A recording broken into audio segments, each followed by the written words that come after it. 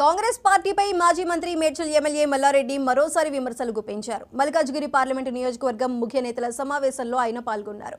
BJP Congress పార్టీలు లోక్సభ ఎన్నికల్లో గెలుస్తామని చెప్పుకుంటున్నాయని, కానీ తెలంగాణకు వారు చేసింది ఏమిటో చెప్పాలి అంటూ నిలదీశారు. రెండు జాతీయ పార్టీలకు తెలంగాణ ప్రజలను ఓటు అడిగే హక్కు లేదన్నారు.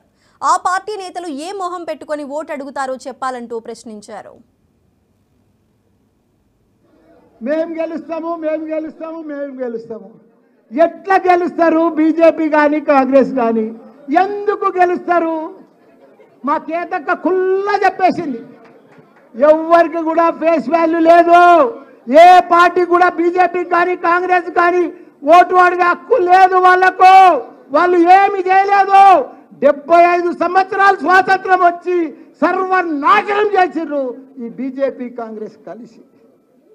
మనం 70 సంవత్సరాల సంది కూడా వాళ్ళు ఏమి చేయలేదు. మనకు సాగునీరు ఇవ్వలేదు, తాగునీరు ఇవ్వలేదు, కరెంట్ ఇవ్వలేదు, ఒక రోడ్లు వేయలేదు, ఒక డెవలప్ చేయలేదు. ఒక్కడు గొప్ప మహాత్ముడు మన కేసీఆర్ ఉద్యమం తీసుకొచ్చి ఉద్యమం చేసి మన తెలంగాణను తెచ్చి అన్ని రకాల కూడా దేశంలోనే ఒక ఆదర్శ రాష్ట్రంగా చేసిన ఘనత మన కేసీఆర్కు, కేటీఆర్కు. బీజేపీ కాంగ్రెస్ పార్టీలు దేశ ప్రజలను మోసం చేశాయని విమర్శించారు. గత అసెంబ్లీ ఎన్నికల్లో కాంగ్రెస్ పార్టీకి ఎందుకు ఓటు వేశామని ప్రజలు ఇప్పుడు బాధపడుతున్నారని వ్యాఖ్యానించారు.